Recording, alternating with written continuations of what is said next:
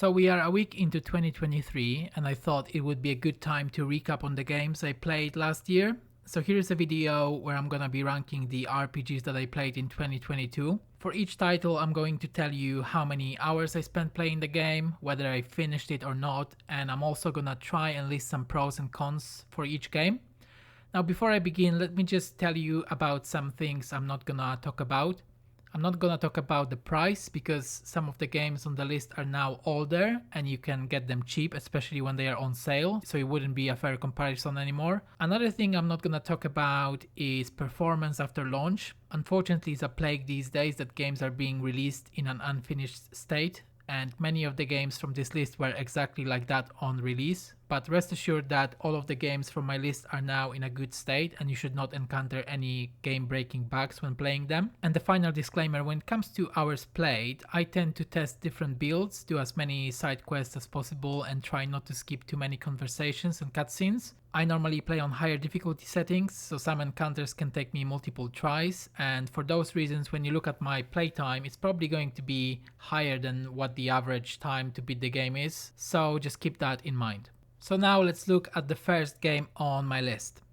The first game on my list is Black Geyser Couriers of Darkness. It's an isometric fantasy CRPG, clearly aimed at fans of classic RPGs like Baldur's Gate. It's worth noting that this is a Kickstarter game released by a small studio with only a tiny budget at their disposal. The reason why this game is at the bottom of my list is because I dropped it after 20 hours and never felt like coming back to it. Now this could be just because the game was not for me, it does happen sometimes, and because I didn't finish it I'm going to leave it without a score, but let me tell you about the things I liked and disliked about this game. On the positive side, if you are a massive fan of classic isometric RPGs like Baldur's Gate, then this game should feel more appealing to you.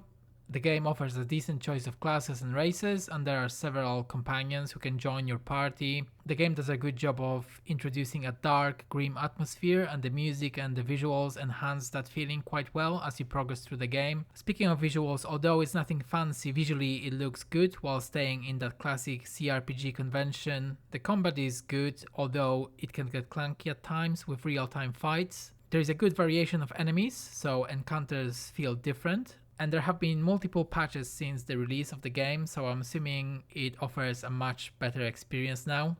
On the negative side, from the beginning this game to me felt very average. After playing it for 20 hours I couldn't name one aspect of the game that would stand out and make me want to continue playing. After the first 40 or so minutes of decent action, you're then thrown into a few hours of what is a rather slow progressing story with a bunch of really boring side quests that require you to travel between multiple locations. Now this is more of a problem than what it may seem to be, because there are loading screens in this game and they do take a while to load. Also, even though there are multiple classes, there actually aren't that many spells and abilities. Your heroes will share plenty of the same skills from the very start, so the biggest difference between them is the weapon that they use. The UI could use a ton of improvements. It really was a nightmare sometimes to find the spell that they needed or find what this or that buff does. And yeah, the biggest issue overall was just there was nothing in this game that I would find particularly interesting or memorable.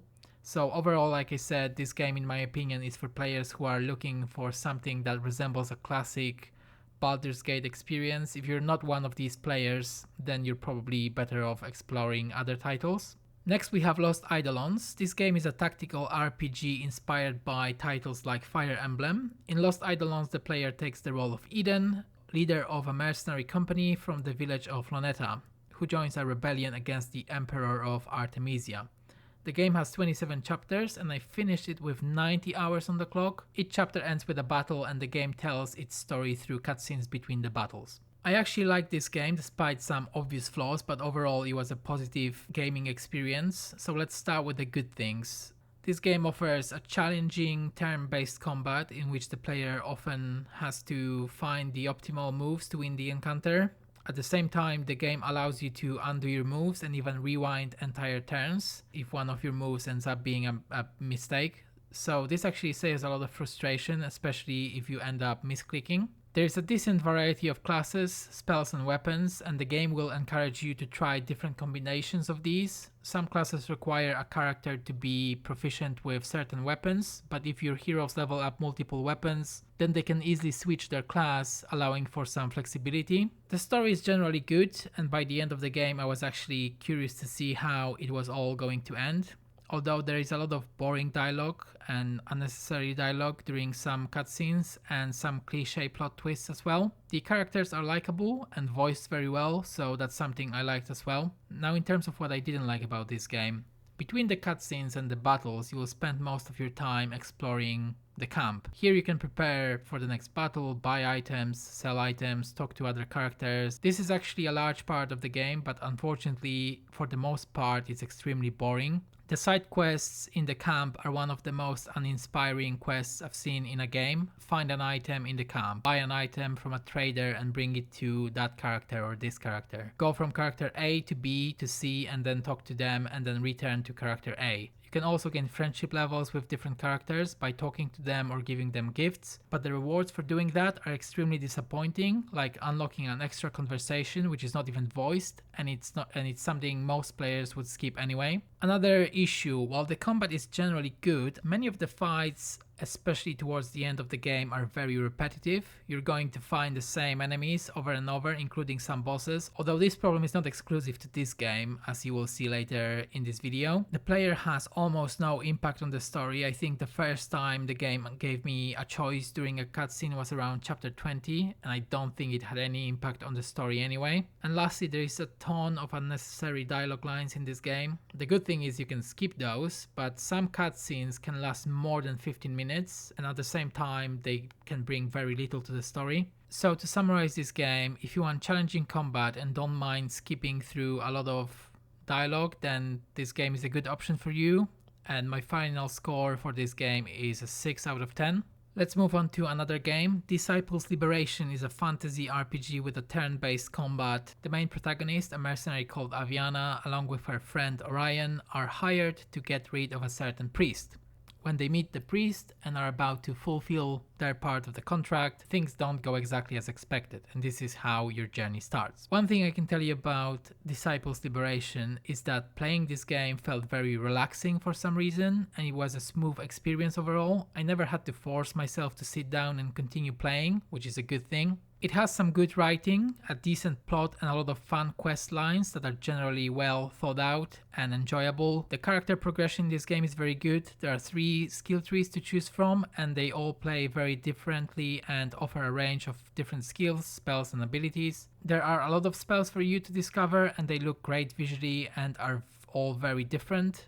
There are 4 factions, and depending on your choices they will either like you or dislike you, and this impacts what units are available for you to recruit in Ilion, which is like your castle. And the game offers a good variety of units with different skills and abilities, and throughout the story you will be able to test many different units, which makes combat less repetitive. Now, in terms of the bad stuff, this game gets a lot of criticism because it's not necessarily faithful to the previous Disciples titles, and that's true to a degree. There isn't any strategy on the world map anymore, your enemies don't move, there are no castles to capture and manage. Your castle exists outside of the world map, and it's mostly there just so you can recruit units, but it doesn't offer much more depth than that. It's worth noting that, at least lore wise, this game is still in the same world as the previous Disciples games, so if you played any of them you'll pick that up immediately. Another issue I had with this game was unbalanced combat. So your army includes both heroes and units, and as your heroes level up they become much stronger than ordinary units, and the main hero Aviana, she's like in a tier of her own. By the end of the game, my Aviana became nearly unstoppable even when playing on brutal difficulty, although I know that there were some patches that nerfed her abilities a bit, so keep that in mind. The battlefield to me was too small. Some units could cross the entire battlefield with one action or get sniped from the other side of the map, so many times a lot of units would die before they even got the chance to act. Now, that's not to say the combat was not enjoyable, it was, but these issues stripped the game of some tactical choices in my opinion. My overall rating of this game is 6.5 out of 10 after finishing it with 93 hours. If you're looking for a nice and relaxing RPG where you can upgrade your hero, their items, their abilities, units, gear, stuff like that, and not worry too much about the management side of things, then this could be a game for you. Another game on my list is King Arthur Knight's Tale. It's a tactical RPG that brings a new dark twist to the Arthurian legend. Here, the player takes control of Ser Mordred and explores the plague land of Avalon in search for King Arthur, whose spirit has been corrupted and now poses a great threat to the island of Avalon. This game is a turn-based tactical combat XCOM style game, but with the Knights of the Round Table. And I have to say that this game surprised me in a very positive way, and there was a lot of things that I liked about it. So the first thing you will notice is that this game has pretty good visuals, sounds and voice acting, and all that helps you dive into this dark Arthurian world. The engine of this game is the long list of recruitable heroes, and even though some heroes can share the same class, each hero is actually unique. This means that, for example, even though Lady Morgana and Merlin are both arcanists, their skill sets are actually different. This allows you to field a completely different party for every mission pretty much and test different combinations of heroes. Another great thing about this game is that once one of your heroes, except for Ser Mordred, dies during an encounter, they die permanently. There were times when one of my heroes had to take one for the team, and it just felt pretty cool that, you know, sometimes after a challenging encounter, one of the heroes had to pay the ultimate price and didn't come back from the mission. It made some of the encounters memorable, and there is also a crypt where you can see all of your deceased heroes with information on how they died, what killed them, how long they were with you before they died, and stuff like that. There is also a decision system in this game called Morality Chart. So some decisions that you make during your game will impact your alignment on the chart.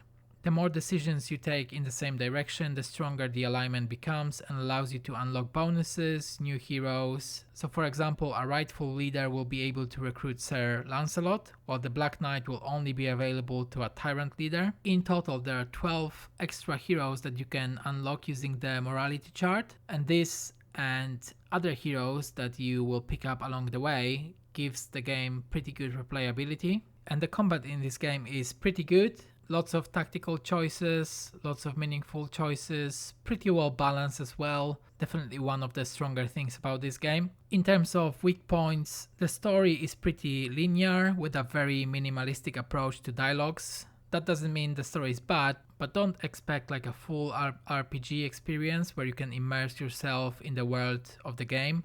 The second issue, and this is a common theme with these types of games, like I mentioned, is that you'll be fighting the same enemies over and over. Enemy types are very limited in this game, and even most bosses are just the same models but with different stats and maybe an extra ability or two. Another problem is that there are no extra goals during fights. It's almost always about just eliminating all enemies. There aren't many missions that would require you to do something else, and even the number of environmental items that you can interact with is very limited too. And my last issue with this game is that the encounter maps are pretty basic. You're just there to fight. Again, it's kind of the same problem, but yeah, there isn't any exploration going on there. But overall, I can say this game surprised me in a very positive way. It really has that addictive factor when you can unlock another hero and then you want to try them out. So that's pretty cool about this game, and I had tons of fun playing it. So my overall score of this game is 7 after playing it for 107 hours. Marvel's Midnight Suns is the game I am playing right now with around 60 hours played so far. This is a superhero game set in the Marvel universe. The plot is based on the Midnight Suns series from the Marvel comics. Lilith, also known as Mother of Demons, returns from the dead and tries to get her hands on the Darkhold in order to bring one of the other gods, Chthon, to Earth. The player takes the role of the Hunter, a customizable character who in the story is a child of Lilith. So this game is yet another very positive surprise. Once again, we're looking at a XCOM style game where we go on a mission, we fight the baddies, and then we progress the story, and then we go back home to our base where we upgrade our abilities, do some exploration and side quests, talk to other characters, and do all the management. I can say that this game is a good example of a very good implementation of the Marvel IP. All the characters feel and behave exactly as they should. Everything from their style of being to the way they talk resembles how they are in the comics and films. The voice acting is top notch. There are some famous voice actors in this game, including Matt Mercer and Laura Bailey from the Critical Role. If you don't know what Critical Role is, then go and check it out right now. I think that in combination with the freedom to explore the Abbey, which is like your base in this game, and the grounds around it make this game unique compared to similar titles, in the sense that all the side stuff that happens between the missions, the combat, is actually interesting and involving. Now, you don't have to do these side activities, but if you decide to do them, you are rewarded with different cosmetics like skins for your hero or other heroes, new cards because this game has cards, and you can also increase your friendship levels with different characters, and if you do that you will be rewarded for that as well. But unlike Lost Eidolons, the rewards in this game are actually pretty interesting. So you get a passive skill for that character, and if you maximize the friendship you'll get a legendary card, which is very strong. So there is definitely a lot of incentive here to try to maximize friendship with other characters. This game features a dozen or so playable Marvel characters, each with a very unique playstyle. So for example, Captain America is a great tank with some decent crowd control. Doctor Strange is an amazing support character, but if he needs to he can dish out some damage as well. The combat is very innovative in this game. So it's a turn-based combat, but instead of abilities, each character comes with a deck of cards. So when you are on a mission, you control 3 characters and their decks will be shuffled together, so you can get any card from the 3 heroes in your starting hand. I was initially quite skeptical about this system, but it actually works very well, and the way they made it is also very balanced. And this game features 8 difficulty levels, so everyone should find something for themselves. In terms of stuff that I didn't like, I noticed some people are calling this game a deck building game, and I think that's a very exaggerated way to describe how the card system works in this game. There are not that many cards, maybe 10 per character or so, and your deck consists of 8. You can have up to 2 copies of each card, so there are some decisions to make when it comes to deck building, yes, but compared to a proper deck building card game, this is not even close. Another issue similar to the other games on the list is that you keep fighting the same enemies over and over. There is some variation here, and unlike King Arthur Nightsteel for example, there are different goals, so every mission you are doing something else. So it could be about capturing an enemy, it could be about protecting a device, defeating a boss. It's not always just about eliminating all the enemies, but even some boss fights are repetitive. Like for example, your first boss fight in this game, you are fighting against Venom, but you will be fighting Venom like 4 more times, which is crazy. And one more thing to add to the negatives list, this game has microtransactions, thankfully only for some cosmetics like hero skins, but still, having that in a single player game is just ridiculous. But overall, I think this game was worth my money and I'm having tons of fun with it. It's very relaxing to play, so I'm giving this game a 7.5 out of 10. The next game on my list is a strategy rather than a pure RPG, but I think it kinda fits the list regardless. It's Total War Warhammer 3. I don't think this game needs an introduction, but just in case, it's a turn-based strategy game with real-time battles, set in the Warhammer fantasy universe, and it's the last game in the Total War Warhammer trilogy. Now this game had multiple issues when it was released, but now from what I've seen and read, it seems to be in a very good state, and as someone who loved Warhammer 2 Total War, it was a mandatory title for me. This game is massive and it has an enormous amount of replayability. There are 9 playable races, but if you include the Immortal Empires campaign and you need to own the previous 2 games in order to unlock it, this number goes up to 23, although some races are locked behind DLCs. But the most important thing is that each race plays very differently, both on the campaign map and in battles, so you're going to get a completely different experience with every available faction. The battles in the game are fantastic and offer probably the best real-time battle experience that there is. You're commanding a massive army full of unique units, from simple units that use weapons, like swords and spears, archers, ordinary weapons, cavalry, to magical beasts including golems, dragons, demons, and even giants made of terracotta. Also, while these battles are big, the game lets you zoom in to the point where you can see individual units fighting against each other, including duels between heroes and units, heroes against heroes, mages casting spells and bodies scattered across the battlefield. It's really amazing. In terms of negatives, I don't really have many issues, but I think the biggest problem could be that in order to experience the full potential of this game, you need to own the previous 2 titles to unlock the Immortal Empires campaign, and on top of that, a few factions are gated, like I said, behind DLCs, so unless you're willing to spend extra, you won't be able to play them. Also, because there are so many units and so many factions, spells and abilities, it's actually fairly difficult to balance. So expect some factions to be stronger than others, although they keep patching the game, and with each patch there is a different faction that is the strongest, so it does change every patch. And maybe one more thing, sometimes the AI makes questionable decisions both on the campaign map and in battles, but overall, I mean, it's still pretty good. So overall, I have 133 hours of this game, and I'm going to give it an 8.5. While this is no doubt one of the best strategy games on the market, I would say right now it's not innovative enough. It's just Warhammer 2 Total War, but better, so I can't really give it a higher score. But make no mistake, it's still an improvement over Warhammer 2, and it just adds so much stuff, and it's a great game to play. Okay, now we are in the top 3 RPGs that I played last year, and my number 3 is Dragon Age Inquisition, Game of the Year edition.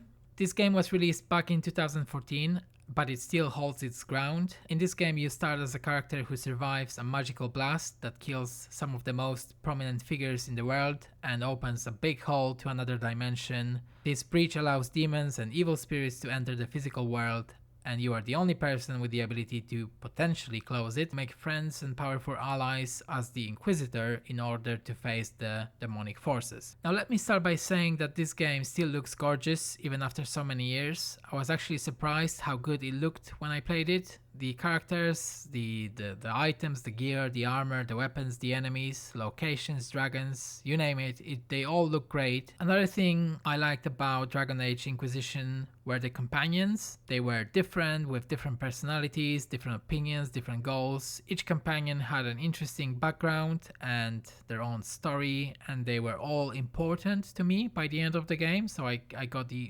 kind of attached to them. One thing that really stood out for me though, in terms of this game, was the character development. So the character and the story, the way it develops throughout the game, it really makes you feel like you are building this Inquisition. You can feel the progress from being a random person who happened to survive a magical blast to the leader of one of the biggest organizations in the world, and you can see that your decisions influence not only your character, your companions, but pretty much everything that surrounds you in real time. Your decisions will have a big impact on everything, on the characters, the story, the world around you. You will have your own fortress to manage, there will be tons of political decisions to make, and once in a while you will even be responsible for judging prisoners, so it really gives you that feeling of being a powerful figure in this world. The combat in this game is extremely fun, with tons of spells and abilities. You are normally leading a party of 4 and you can control one character at a time,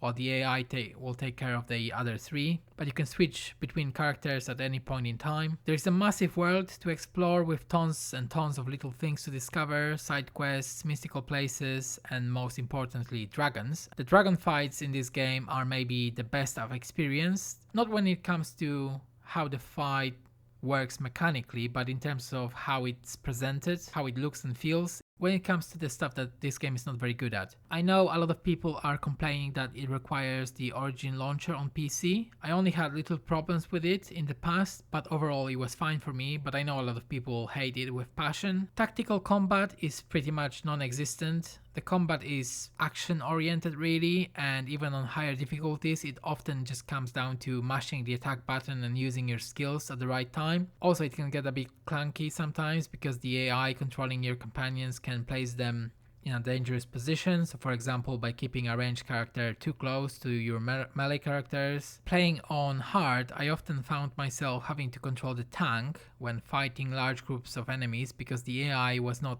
that good at taunting enemies. But saying that, there are some good options in the game where you can tell the AI how to play each character, when to drink potions, what spells to use and stuff like that. So it's not very bad, but it occasionally can get a bit messy. And maybe last thing on the negative side, some side quests, they kind of feel like they were taken from an MMO where you have to go somewhere and like bring 10 carrots and stuff like that. I didn't have much of a problem with those, but just keep in mind that these types of quests do exist in this game. My overall score for this game is very high. I'm going to give it an 8.5 out of 10 after playing it for 164 hours, and I think it's a great RPG that most players who like RPGs should give a try.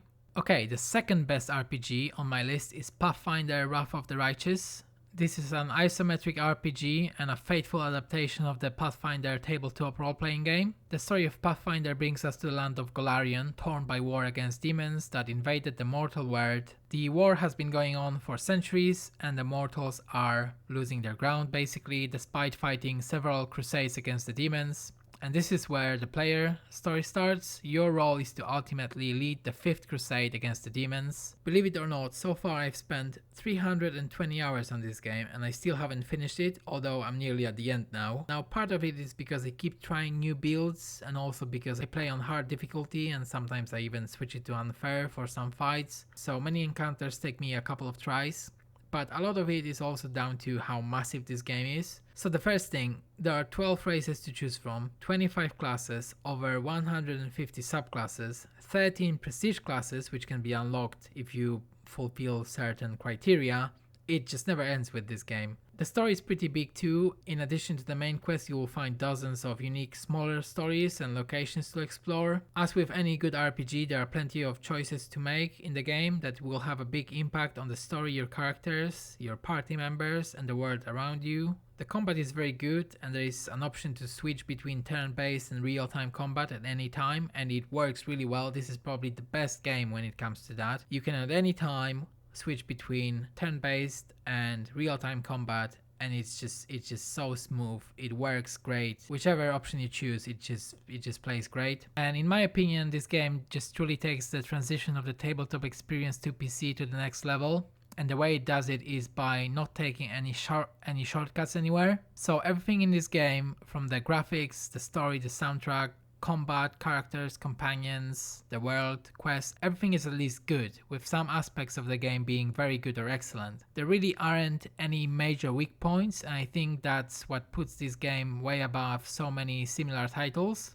Now in terms of issues, for me there are two main issues that may not actually be issues depending on what you expect from this game. So the first one is, like I mentioned, is that this game is massive, and the learning curve, I think, is a lot for casual players or players who just want to jump on a merry adventure. So this type of players may be put off by how long it takes to figure out some stuff and to discover how some mechanics in this game work. There's so much to learn and I wouldn't call this game beginner friendly. After all, we're talking about a game in which you can spend anything between half an hour to an hour in the character creation screen before you even set foot on your adventure. Although it's worth noting that there are some pre-made characters, but like I said, I have over 320 hours played and there are still some mechanics in this game that I'm not even aware of. And don't get me wrong, there is a pretty good tutorial, and if you start on a lower difficulty you'll be fine, but still, for those players who are not familiar with the D&D or Pathfinder rules, a lot of things in this game may seem a bit counterintuitive. And on a similar note, the game can sometimes feel very overwhelming. So there is a crusade system as well, where you can manage your forts and your armies on the world map, and you have to battle enemy armies. It's kind of like Heroes of Might and Magic within this game. But I personally hate it because of how much time it takes to manage. Although you can automate it, but if you do that, you'll be missing some stuff. So sometimes less is more, as they say, and I wish in some cases this game would follow this rule a bit more. Also, this game is unforgiving on higher difficulties. If you don't have good builds, you can't just hope that you're gonna win an encounter because you will find a smart way to do it. Not really. Most of the time, if you have a bad build, you won't even be able to register a hit against an enemy. Overall, I'm gonna give this game a 9 out of 10. It is probably the closest thing when it comes to transforming a tabletop experience of a game like Pathfinder to a PC game. And we have arrived at my number 1. the number one game that I played last year, and that game is Divinity Original Sin 2 Definitive Edition. In this game you play as a sorcerer, an individual who can control a form of magical energy known as source. The good thing about the source is that it gives you magical powers, but the bad thing is it's the favorite food of demons known as the Voidwoken. So you and other sorcerers are being hunted down and prosecuted.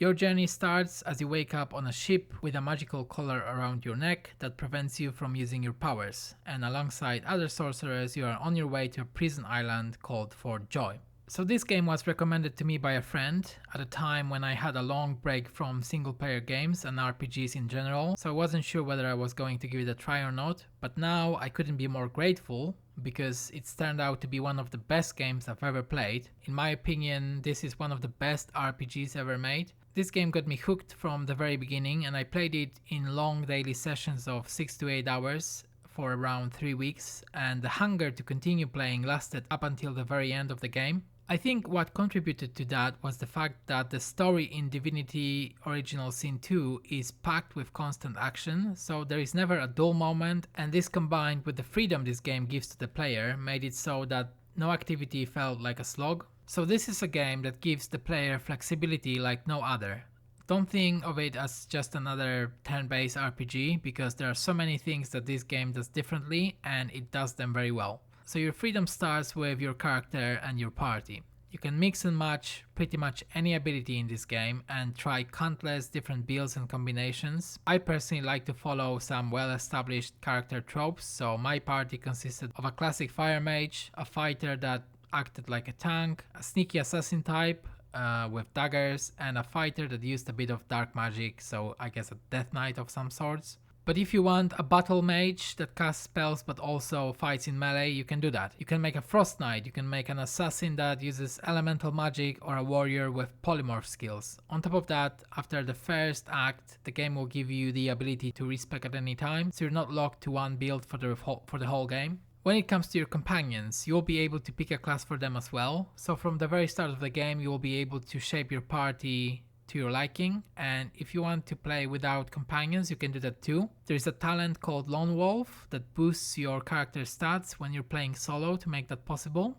When it comes to combat, it offers just as much flexibility. So in this game, combat is turn-based, and each character has a set amount of action points to use on spells, abilities, or movement. But how you do things here is entirely up to you. You can teleport enemies around, throw things at them, you can cause a chain of explosions using a combination of spells, items, and the environment. It really is up to you how you want to win encounters in this game. World exploration is the same. There is no one solution on how to get to any place, how to complete a quest. It really is, again, up to you. I really enjoyed the item system. Finding a new item feels rewarding. It makes you feel very excited and you want to try it out. When it comes to the story, it's great. Packed with constant action, like I said. Your choices will have massive consequences on pretty much everything that's happening in the game, and not every ending is nice. I personally took a big L with my ending because I tried to please too many people at the same time. In terms of your companions, they all have their secrets, their own motives. They're all pretty weird, to be fair, but in a good way sometimes.